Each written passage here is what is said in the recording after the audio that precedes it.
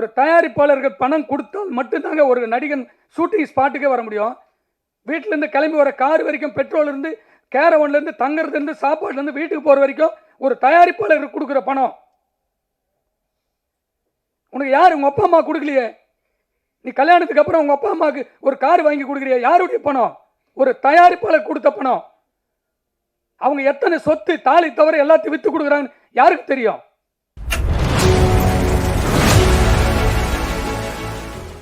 இங்கே வந்து நிறைய எமோஷனல் இருக்குது, அதெல்லாம் வெளியில் சொல்லக்கூடாதுன்னு பார்க்குறோம். ஒரு நல்ல கதை தான் தமிழ் சினிமாவை உச்சத்துக்கு கொண்டு போகுது. அந்த நல்ல கதையை உருவாக்குவதற்கு ஒரு நல்ல தயாரிப்பாளர் இருந்தால் மட்டும்தான் அந்த படம் வெளிவரும். இல்லைன்னா எவ்வளோ பெரிய உச்சத்தில் இருக்கக்கூடிய நடிகனாக இருந்தாலும், நடிகையாக இருந்தாலும், எவ்வளோ பெரிய டெக்னீஷியனாக இருந்தாலும் அந்த படம் தடைப்பட்டு தான் இருக்கும். அப்படி எண்ணற்ற படங்கள், நல்ல கதைகள் கொண்ட நல்ல படங்கள் எல்லாம் பாதியிலே எடுக்கப்பட்டு நிறுத்தப்பட்டிருக்கிறது. படத்தை முடித்துவிட்டு நிறுத்தப்பட்டிருக்கிறது. வெளியீடு செய்வதற்கு தவித்துக் கொண்டிருக்கிற இந்த இக்கட்டான சூழ்நிலையில் பல படங்களை பார்த்து கொண்டு விடுபட்ட கதைகள் எல்லாம் யோசிச்சு தினந்தோறும் சினிமாதான் என்று வாழ்க்கையை அர்ப்பணித்த பிறகு நாமளும் வெற்றி வரிசையில் வர வேண்டும் என்பதுதான் ஒரே எண்ணமாக, ஒரே குறிக்கோளாக, ஒன்று உச்சத்தை தொடக்கூடிய ஒரு இயக்குனராக, இல்லை என்றால் ஒரு உச்சத்தை தொடரக்கூடிய ஒரு தயாரிப்பாளராக வர வேண்டும் என்பதுதான் என்னுடைய கனவு. வேறு எதுவுமே என்னுடைய நோக்கங்கள் இல்லை. நான் தயாரிப்பாளராக ஆவேன் என்பது ஒரு நாளும் நான் நினைத்து கூட பார்க்காத ஒரு தொழில். ஏனென்று சொன்னால், மறைந்த என்னுடைய குருநாதர் திரு கே சுபாஷ் அவர்கள் ஒரு அப்பாவாக, ஒரு அண்ணனாக, ஒரு நண்பனாக அவரிடத்திலே நான் பணியாற்றியிருக்கிறேன். தொடர்ந்து 7 ஆண்டுகள் 45 உதவி இயக்குநர்கள் அவரிடத்திலும் இருந்தும் வெளியே சென்ற பிரபவம். அவருடைய வழியிலே இவ்வளவு படங்கள் எடுத்திருக்கிறார், இவ்வளவு படங்களை வெளியிட்டிருக்கிறார். நாம் ஒரு இயக்குனராக வெளியே வரும்போது மிகவும் ஜாக்கிரதையாக சினிமாவை கையாள வேண்டும் என்பது அவரிடத்தில் இருந்ததான் நான் பயிற்சி எடுத்தேன். அப்பொழுது என்னுடைய மனதிலே தோன்றியது, ஒரு இயக்குனராக அவர் அலுவலகத்திலே வந்து செல்லாத எந்த ஒரு சினிமா கலைஞனும் இல்லை. இன்று இருக்கக்கூடிய முதலமைச்சர் உட்பட அவருடைய அலுவலகத்திலே நான் பார்த்திருக்கிறேன். அவர் சந்திக்காத மனிதர்களே இல்லை. அவர் கடைசி காலகட்டத்தில் என் மனதிலே ஒரு ஆழமான பதிவு வந்தது. இயக்குனராக மட்டுமே நான் வழி நடத்த வேண்டும் என்று எனக்குள்ளே ஒரு கேள்வியை எழுப்பிய பிறகு அவருடைய கஷ்டங்களை நேரடியாக பார்த்து இயக்குனராக மட்டும் இருந்தால் நாம் சந்தோஷமாக மட்டுமல்ல, நிம்மதியாக போய் தூங்கலாம் என்று நினைத்தேன். காரணம், 20 படங்களை தயாரித்த பிறகுதான் அவருடைய கஷ்டங்களை நான் உணர்ந்தேன். ஆனால் அந்த கஷ்டங்களை எல்லாம் அவரிடத்தில் நான் கேட்கும்போது சொல்லுவார், நாம் நேசித்து வந்த தொழில், நாம் எதையும் கொண்டு வரவில்லை. ஒரு இரவில் ஒரு வெற்றி வந்தால் எல்லாம் சரியாயிடு விடும்டா, நீ கவலைப்படாத, எனக்கு தெரியும் அப்படின்னுவார். சார், நீங்கள் ஒரு பெரிய ஜாம்பவான். உங்களுடைய படைப்பு சத்திரியன் என்கின்ற மாபெரும் ஆக்ஷன் படத்தை பார்த்து உங்களிடத்திலெல்லாம் வேலை செய்ய வேண்டும், உங்களெல்லாம் சந்திப்பேனான் என்று பல நாட்கள் சென்னையிலே நான் சுற்றிய காலங்கள் உண்டு. தயாரிப்பு வேணாம் சார், ஒன்லி டைரக்ஷன் பண்ணுவோம் சார் அப்படின்னு சொல்லும்போது கடைசி உதவி இயக்குனராக அவரிடத்தில் நான் பணி செய்தேன். அதுதான் எனக்கு முதல் இடத்தில் கொண்டு போய் சேர்த்தது. 45-60 உதவி இயக்குனர்கள் அவரிடத்தில் இருந்து கடந்து பிறந்தது நான் கடைசியாக சேர்ந்தவன். தொழிலை நேசித்து கொண்டே இருந்தால் அந்த தொழில் உன்னை கொண்டு போய் சேர்க்கும் என்று அவர்தான் எனக்கு அறிவுரை சொன்னார். ஆனால் அவருடைய அந்த தொழில் பக்தியை பார்த்து தயாரிப்பு வேண்டாம் என்று நான் நிலையாக இருந்தேன். அவர் காம்ப்ரமைஸில் தான் சொல்கிறாரு, கடுமையான நெருக்கடி ஒரு தயாரிப்பாளர்கிட்ட தான் இருக்குது. தயாரிப்பாளர் போடுகிற பணங்கள் அவருக்கான நிலையான ஒரு இடத்தை கொடுக்கவில்லை என்று அன்று நான் உணர்ந்தேன். ஆனால் அந்த காலகட்டத்தில் மதிப்பு மரியாதை எல்லாம் ஒரு தயாரிப்பாளர்களுக்கு மட்டும்தான் இருந்தது. ஆனால் இப்ப 10 ஆண்டுகளுக்கு மேலாக தயாரிப்பாளர்களுக்கு மதிப்பு எதுவுமே இல்லை, மற்றவர்களுக்கு அனைவருக்குமே மதிப்பு இருக்கிறதை நான் உணர்ந்தேன். ஒவ்வொரு நாளும் உணர்ந்தேன். தயாரிப்பாளர் கடவுளால் நான் ஆக்கப்பட்டேன். எனக்கு அந்த நினைப்பே வந்ததில்லை. ஒரு இயக்குனராக மட்டும் இருந்திருந்தால் இன்று என்னிடத்தில் ஒரு 20-25 கோடிகள் சொத்து இருந்திருக்கும். ஆனால் ஒரு தயாரிப்பாளராக தன்னைத்தானே தியாகம் பண்ணி தினந்தோறும் சம்பாதிக்கிறேன். சினிமாவில் எவ்வளோ வழிகள் இருக்கு. இன்னைக்கு 10,000 வந்தால் கூட நான் கதைக்காகவும் உணவுக்காகவும் என் தொழிலுக்காகவும் நான் முதலீடு செஞ்சுட்டு இருக்கேன். இது எதுவும் போய் சாப்பிடணும்னு அவசியமே இல்லை எனக்கு. ஆனால் இதையெல்லாம் கடந்து சினிமா என்கின்ற ஒரு புனிதமான தொழில் தயாரிப்பாளர்கள் இல்லை என்று சொன்னால் இல்லை என்பதனை நான் திடமாக தயாரிப்பாளர் ஆன பிறகு உணர்ந்தேன். இதையெல்லாம் சொல்லுவதற்கு ஏன் என்று சொன்னால், இந்த படம் நான் பல காலகட்டங்களை கடந்த பிறகு 20-21 ஆண்டுகளை கடந்து பல படங்களை நான் பார்க்கிற போது, இருக்கிற பிரச்சனைகளை சந்திக்கிற போது, நான் எதிர்பார்க்காத இயக்குனர் சங்கத்தில் என்னை இணைத்து கொண்டவர் என் குருநாதர் வழியிலே. நான் குருநாதராக வேலை செய்யவில்லை என்று சொன்னாலும் அப்பாவாக, அண்ணனாக, நண்பனாக எப்பொழுதுமே என் மனதில் இருக்கக்கூடியவர் என் சுபாஷ் சாருக்கு பிறகு டைரக்டர் விக்ரம் சார் அவர்கள். ஏனென்று சொன்னால், எந்த வழியில் வருகிறோமோ அந்த வழியை தான் நம்மளுக்கு உயர்ந்த இடத்தில் கொண்டு போய் சேர்க்கும் என்று சொல்வார்கள். நான் அவரிடத்தில் ஒரு வாரத்தில் பேசவில்லை, சந்திக்கவில்லை என்று சொன்னால் என் மனம் சோகமாகும். நேற்று இரவு தொலைபேசியில் சொல்லி, இந்த படம் மாபெரும் வெற்றியாக அமையும், உன்னுடைய எல்லா இடத்திலும் நான் இருப்பேன், என்னால் இப்போ வர இயலவில்லை, எனக்கு உடல்நிலை சரியில்லை என்று திரு விக்ரம் சார் சொல்லுகிற போது எனக்கு நேற்றிரவு மனது வலித்தது. எவ்வளவு பெரிய இயக்குனர், அவருடைய வாழ்த்தெல்லாம் கிடைக்க வேண்டும் என்று மட்டும்தான் நான் அவரிடத்தில் இன்று வரை ஒரு குருவாக, அண்ணனாக, நண்பனாகவும் அவரிடத்தில் சென்று கொண்டிருக்கிறேன். ஆனால் இதையெல்லாம் ஏன் சொல்கிறேன் என்று சொன்னால், ஒரு சினிமா வெளிவருவதற்கான தடைகள் எவ்வளவோ இருக்கிறது. இந்த 20-21 ஆண்டுகளை கடந்த பிறகு நிறைய படங்களை பார்க்க ஆரம்பித்தேன். இயக்குனர் சங்கத்தில் 10 ஆண்டுகளுக்கு மேல் அப்படியே பதவியில் அப்படியே செல்ல செல்ல செல்ல என்னுடைய அனுபவத்தை கற்றுக்கொண்டேன். அந்த அனுபவம் எப்படி வந்தது என்று சொன்னால், நான் சினிமாவை நேசித்து என்னுடைய கிராமத்தில் இருந்து நான் வந்தது அண்ணன் செல்மோனி அவர்களை சந்திக்க வேண்டும் என்பதுதான் எனக்கு கனவாக வந்தேன். 93 அவரை சந்திப்பதற்காக நான் வந்தேன். சந்திக்க முடிக்கவில்லை. திரும்ப +2 முடிச்சுட்டு அவரை சந்திக்க வேண்டும் என்று ஆவலோடு அவரை தொடர்பு கொள்வதற்கு எனக்கு வழி தெரியவில்லை. ஆனால் அவரிடத்தில் இருந்த கேமராமேன் அவர் வீட்டுக்கே நேரடியாக சந்தித்து, உங்கள் ஊர் பக்கத்தில் நான் இருக்கேன், அண்ணனை சந்திக்க வேண்டும் என்று கேட்டேன். அவரும் இந்தியில் பிஸியாக இருந்ததனால் 3 ஆண்டுகள் தொடர்பிலே நான் செல்ல முடியவில்லை. இதையெல்லாம் ஏன் சொல்லுகிறேன் என்று சொன்னால், அப்படிப்பட்ட மாபெரும் வெற்றிகளை கொடுத்த அண்ணன் செல்லுமணி அவர்களை சந்திப்பதற்கும், அவரோடு இணைந்து நான் வேலை செய்வதற்கும், அவரோடு பயணிப்பதற்கும் இந்த இயக்குனர் என்கின்ற அவதாரம், இயக்குனர் சங்கம் என்ற அவதாரம் தான் இந்த சினிமாவை நேசித்ததினால் எனக்கு வழியை ஏற்படுத்தி கொடுத்தது. எந்த தொழிலை நாம் உண்மையாகவும் நேர்மையாகவும் நேசிக்கிறோமோ அந்த தொழில் ஒரு நாள் நம்மளை உச்சியில் கொண்டு போய் சேர்க்கும் என்பது என்னுடைய எண்ணம்.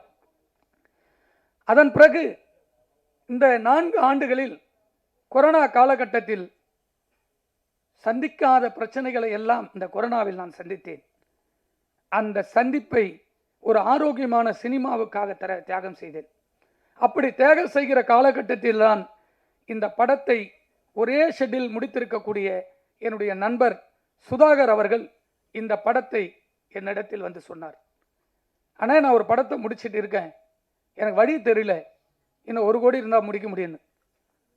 அந்த ஹீரோ, அப்கமிங்கில் இருக்கிற ஹீரோ, எந்த ப்ராப்ளமே வராது, உனக்கு நான் எல்லாம் உதவி செய்கிறேன்னு சொல்லி அந்த படத்துக்காக இறங்கி முதன் முறையாக படத்தை பார்த்து, எனக்கு இந்த படத்தில் ஏதோ ஒரு விஷயங்கள் இருக்குது என்று ஆழமாக பதிவு செய்து 5 தயாரிப்பாளர்களுக்கு இதை நான் ஆவணம் செய்தேன். அந்த 5 தயாரிப்பாளர்களும் கரண்ட்ல இருக்கிறவங்க.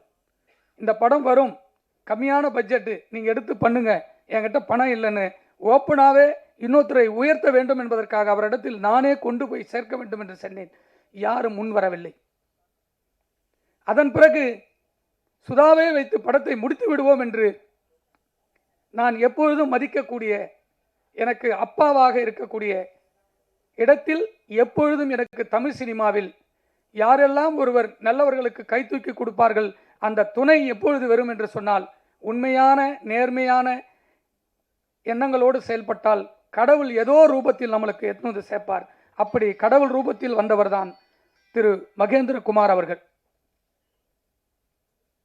அந்த படத்தை முடிப்பதற்கு தொடர்ந்து 3 ஆண்டுகள் போராடி போராடி ஒரு பணத்தையும் ரெடி செய்துவிட்டு ஒரு நடிகனையும் நடிகையும் தேடி அலைவது இருக்கிறதே, கொடுமையினுடைய உச்சம்.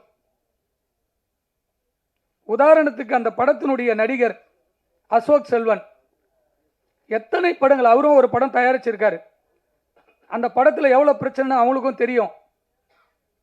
அப்படிப்பட்டவரை முதலில் சந்திக்க வேண்டும் என்று நேரடியாக சந்தித்து எவ்வளவு பேலன்ஸ் இருக்கோ அப்படியே எடுத்து போய் கையில் கொடுத்துட்டு டேட்டு கேட்டு வந்தேன். 4 வருஷம் முடிச்ச படத்தை பணத்தை கொடுத்துட்டு நிறுத்தின பிற்பாடு 7 மாசம் டேட்டுக்காக வெயிட் பண்ணேன். அவர் டேட்டு கொடுத்த பிற்பாடு நடிகையுடைய டேட்டு பிரச்சனை.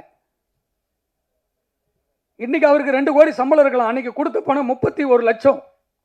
31 லட்சம் இன்னைக்கு பேங்க் வட்டி போட்டால் கூட 1 கோடி ரூபாய் வட்டியாச்சு. இன்னைக்கு 2 கோடி 3 கோடி அவர் சம்பளம் சொல்றாரு. வாங்கட்டும், சந்தோஷம். ஒரு இயக்குனரும் ஒரு தயாரிப்பாளர்னா எந்த நடிகையே கிடையாது. இன்னைக்கு 10 கோடி பிசினஸ் ஆகுதுன்னா 10 தயாரிப்பாளர்கள் செத்து பிறப்பதான் ஒரு நடிகன் உச்சத்துக்கு போறான்.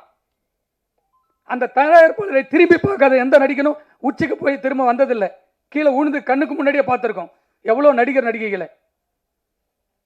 இதுக்காக போராடி டைரக்டர் அழகா சொல்லிட்டு போட்டார். அழகு பெருமாள் சார் அவருடைய படைப்பெல்லாம் பார்த்து பிரமிப்பில் வந்தேன். அவருக்கெல்லாம் அசிஸ்டண்டாக சேரணும். அந்த உணர்வு தாங்க தமிழ் சினிமா. ஒரு இயக்குனர் இத்தனை வருஷம் போராடி ஒரு படம் எடுத்து வச்சிருக்காரு. இந்த இயக்குனர் கதை சொல்லி உனக்கு பிடிச்சதானே இந்த படத்துக்கு நடிக்க வந்தீங்க. ஒரு 2 மணி நேரம் 1.5 மாசமா சொல்லிட்டு இருக்கோம். சொல்றேன்னு ஒரு நாள் பதில் இல்லை. ஒரு தயாரிப்பாளர்கள் பணம் கொடுத்தால் மட்டும்தாங்க ஒரு நடிகன் ஷூட்டிங் ஸ்பாட்டுக்கே வர முடியும். வீட்டில இருந்து கிளம்பி வர கார் வரைக்கும், பெட்ரோல் இருந்து, கேரவன்ல இருந்து, தங்கறதுல இருந்து, சாப்பாடுல இருந்து, வீட்டுக்கு போற வரைக்கும் ஒரு தயாரிப்பாளருக்கு கொடுக்குற பணம் உனக்கு யார்? உங்க அப்பா அம்மா கொடுக்கலையே. நீ கல்யாணத்துக்கு அப்புறம் உங்க அப்பா அம்மாவுக்கு ஒரு கார் வாங்கி கொடுக்குறிய, யாருடைய பணம்? ஒரு தயாரிப்பாளர் கொடுத்த பணம். அவங்க எத்தனை சொத்து தாலி தவிர எல்லாத்தையும் வித்து கொடுக்குறாங்க யாருக்கு தெரியும்? ஒரு நடிகன் இந்த படத்துக்கு ப்ரொமோட் பண்ணும். நான் டெய்லியும் அப்டேட் பார்த்துட்டே இருக்கேன். சூப்பர் ஸ்டார் எல்லா படத்துலையும் நின்று இன்னைக்கு வரைக்கும் உச்ச, அவர் வரணும்னு அவசியமே இல்லை. வீட்டில் உட்காந்துட்டு இருந்தா கூட அந்த படம் சூப்பர் ஹிட். ஒவ்வொரு படத்துக்கு நிற்கிறாரு, வாழ்த்துறாரு. அதுக்கு அடுத்து எல்லா படத்திலையும் ப்ரொமோஷனில் பார்க்குற ஒரே ஒரு அடுத்து சூப்பர் ஸ்டார் விஜய் மட்டும்தான். எல்லா ரசிகர்கள் சந்திர கண்டென்ட் பேசுறாரு, ஒரு படத்தை கொண்டு போய் சேர்க்கிறாரு. அதுக்கப்புறம் பார்க்குறேன் தனுஷ் ஒவ்வொரு படத்திலையும் முன்னாடி நிற்கிறார். ஒரு படம் வெளிவரத்துக்கும் முழு பொறுப்பு, முழு சுதந்திரமும், முழு உரிமையும், பல கோடிகளை சம்பாதிக்க போறது ஒரு நடிகன் மட்டும்தான். இது இந்த படத்துக்காக பேசலுங்க. எனக்கு நிறைய ஹீரோக்கள் இருக்காங்க, டெய்லி உட்காந்து சாப்பிட்டுக்கிட்டு இருக்கேன். அவங்களும் எல்லாம் இறங்கி இந்த படம் வெளியே வரணும் போராடுறாங்க. லாஸ்டா ஒரு படம் பார்த்தங்க, வாஸ்கோட காமான்னு ஒரு படம். அவர் ஒரு 6 வருஷமா ஒரு படத்தை வரணும்னு ஒவ்வொரு நாளும் பேசுறாரு. இன்னைக்கு கூட போய் இந்த ஃபங்க்ஷனுக்கு வருது, ஒரு ப்ரொமோஷன் சாங் விடுறதுக்காக ஓடுறாப்புல ஒரு ஹீரோ.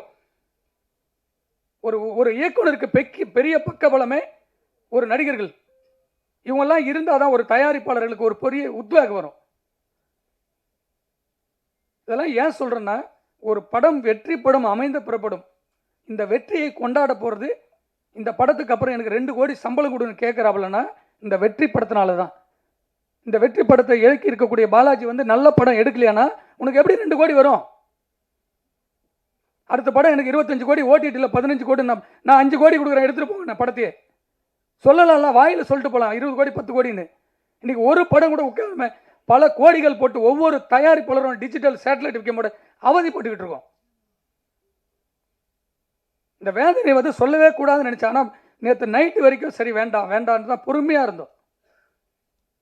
இதில் இருக்கிற எத்தனை டெக்னீஷியன் வந்து உட்காந்துருக்காங்க. எதுக்கு உட்காந்துருக்காங்க? இங்கே ஜெயிக்கணும்னு நினைக்கிறவங்க ஒவ்வொருத்தருமே வந்து போராட்ட களத்தை நிற்கிறாங்க. ஜெயிச்ச பொறுத்தவரை எல்லாருமே ஜெயிக்கணும்னு நினைக்கிறவங்களே தோக்கடிச்சிட்டு போயிடறாங்க. அதுதான் இங்கே சினிமா நடந்துகிட்டே இருக்கு. இந்த படத்தை பார்த்துட்டு அதுக்கப்புறம் வந்து ரொம்ப அமைதியாக தம்பி நிவாஸ் பிரசன்னாவை பார்த்தேன். அழகான ஒரு மியூசிக் டைரக்டர், அற்புதமான சிந்தனை உள்ளாள். ஒரு நாள் கூட நெகட்டிவாகவே பேச மாட்டாப்ல. ஆனால் வந்துடுறேன், சூப்பராக வந்துடுறேன், சூப்பராக வந்துடுறேன், அப்படி ஒரு எனர்ஜி கொடுக்குறேங்க. அதுபோல் ஒரு டெக்னீஷியன்லாம் இந்த படத்தில் இருக்கும்போது தான் ஒரு பெரிய படமாக வெளியே வருவதற்கு பெரிய உத்வேகம் இருக்கு. எல்லாம் படம் வாங்கலுக்குள்ள ஒரு நம்பிக்கை வரணும்னா இந்த படத்தில் சொல்கிறவங்க தான். இந்த அலெக்சாண்டர் படம் பார்த்துட்டு சொல்கிறாருன்னா அவர் அதுக்கு பிடிச்சி தான் பேசுகிறார். இதையெல்லாம் ஏன் சொல்கிறேன்னா, ஒவ்வொரு நடிகனும் தான் படத்தில் கமிட் ஆகிறவங்க அத்தனை பேரும் வந்து அந்த படத்துக்கு வரணும்னு சொல்லி தயாரிப்பாளர் சங்கம், நடப்பு சங்கம், சிவா அண்ணன் இருக்கார், ராஜா அண்ணன் இருக்கார், செல்லுமணி அண்ணன் இருக்கார். தயவு செஞ்சு இந்த மேடையிலே கோரிக்கை வைக்கிறேன், ஒரு படத்தில் நடித்து அவங்களுக்கு சம்பளம் தான் கேட்க நாங்கள் கொடுத்துட்டு போகிறோம். படம் ஷூட்டிங்கு முன்னாடியே டப்பிங் கூட முடியல, பணம் கொடுத்தாதான்னு கேரள வந்தாப்புல. படத்தை நைட்டோட நைட்டு வாங்கி எடுத்து போய் பணத்தை கொடுத்தோம். 4 மணி நேரம் ஷூட்டிங், 8 லட்ச ரூபாய் செலவு போச்சு. அந்த 8 லட்ச ரூபா கொடுக்க முடியுமா அசோக் செல்வனால? இதையெல்லாம் மீறி திரும்ப வந்து ஒரு படத்தை எடுத்து முடிச்சு வரும்போது ஒரு இயக்குனரோட பக்கபலமாக இருந்து அந்த படத்துக்கு எல்லா இடத்துலையும் வந்து நிற்கணும் ப்ரொமோஷனுக்கு. இது எனக்காக சொல்ல, எல்லா படத்துக்கும் எல்லா நடிகர்களும் ஒத்துழைப்பு கொடுக்கணுன்றதான் என்னுடைய எண்ணம். இது என்னுடைய படத்துக்குன்னு நான் சொல்லவே வரல. ஃபோன் எடுக்காத நடிகர் எதுக்குங்க? மேனேஜர் வைங்க, இல்லை மேனேஜர் ரெஸ்பான்ஸ் பண்ண சொல்லுங்க. ஒவ்வொருத்தருக்கும் 50,000 பேட்டா வரணும்னா 50,000 வேணுன்றீங்க.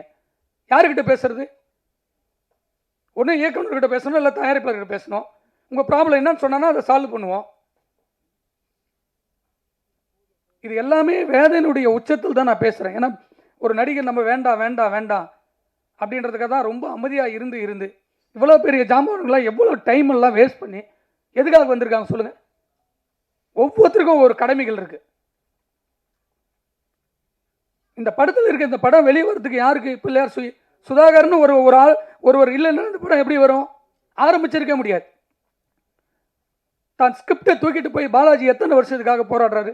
அவர் இந்த படத்தை தூக்கி போட்டு வேற படத்துக்கு போயிருக்கலாமே, போலிய கடைசி வரைக்கும் இருக்காரு.